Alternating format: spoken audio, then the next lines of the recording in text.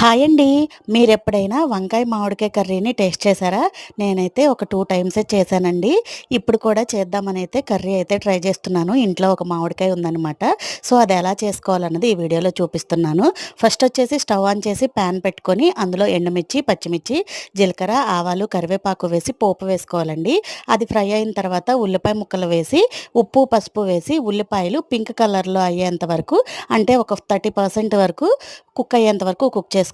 తర్వాత ఇందులో ఒక హాఫ్ స్పూను అల్లం వెల్లుల్లి పేస్ట్ వేసుకొని అది కూడా ఫ్రై అయిన తర్వాత ఒక పెద్దది పుల్లటి మామిడికాయ ఒకటి, చిన్న చిన్న 2 టమాటాలను చిన్న చిన్న ముక్కలుగా కట్ చేసుకొని ఇందులో వేసుకొని మూత పెట్టుకొని మామిడికాయ ముక్క అనేది ఒక 40% వరకు కుక్ అయ్యేంత వరకు కుక్ చేసుకోవాలి.